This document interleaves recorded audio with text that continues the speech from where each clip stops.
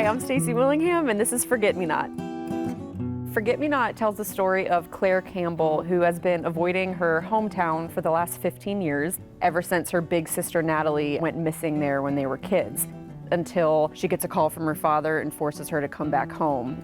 When she gets home, she accepts a seasonal job at a muscadine vineyard where she finds a hidden diary that she realizes contains some disturbing details of various unsolved crimes. She's lost her sister, she's lost her childhood, she's lost her parents, really, and is off on her own. What is it about these kinds of stories that draw us to them? Family is arguably one of the only things that we don't have any control over. We can't choose our family. Right. You can choose your friends, you can choose your career, you can choose where you live, but you're born into your family. So what happens if something terrible happens in our family?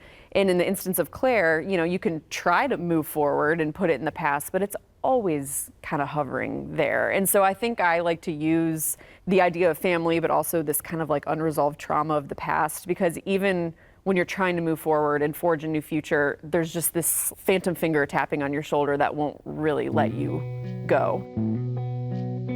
There was a program, politeness, that inherently comes with being a woman in this world.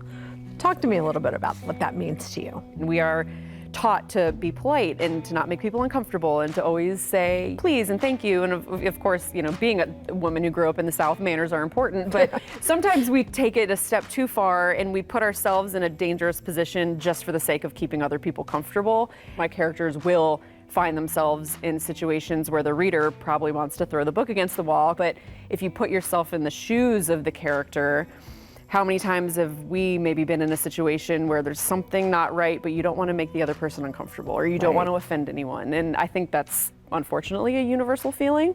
This was so much fun. That just went like that. I know, I can't believe we're already done. Thanks for being here. Thank you for having me. And thank you for watching A Word on Words. I'm JT Ellison. Keep reading. I live in Charleston, South Carolina, and there is a muscadine vineyard on a small barrier island about 45 minutes from my house. It felt like the perfect, beautiful but creepy remote setting.